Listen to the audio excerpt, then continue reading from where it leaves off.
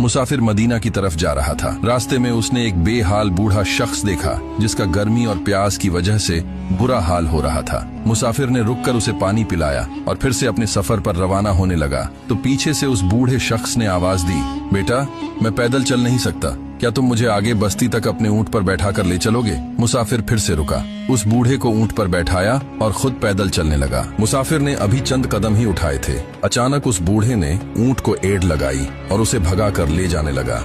असल में वो एक मक्कार डाकू था जो भेस बदलकर वहां बैठा था। मुसाफिर पहले तो हक्का बक्का रह गया, मगर फिर इसने पीछे से चीख कर कहा, रुको, ऊंट ले जाओ, मगर मेरी एक बात सुनते जाओ। डाकू ने फासले पर जाकर ऊंट रोका और हंसते हुए पूछा, अब क्या कहना चाहते हो? मुसाफिर ने बड़े सुकून से जवाब दिया, सिर्फ इतना कहना चाहता हूँ कि बस्ती में जाकर किसी को ये मत बताना कि तुमने ये ऊंट किस तरह चुराया है। डाकू हैरान हुआ और पूछा, क्यों, क्या तुम्हें अपनी बेवकूफी के जाहिर होने का डर है? मुसाफिर की आंखों में आंसू आ गए और उसने जो जुमला कहा ना, वो कयामत तक आने वाली नस्लों के लिए मिसाल बन गया। उसने कहा, नहीं, डर इस बात का है कि जब तुम ये किस्सा लोगों को सुनाओगे तो लोग एक दूसरे की मदद करना छोड़ देंगे। कल को जब सचमुच का कोई मजबूर इंसान सड़क किनारे तड़प रहा होगा तो कोई भी सवार उसे सहारा नहीं देगा, क्योंकि उसके जहन में तुम्हारी ये कहानी होगी। तुम्हारा ये एक झूठ इंसानियत से भरोसा उठा देगा और आने वाली नस्लें बेहिस हो जाएंगी।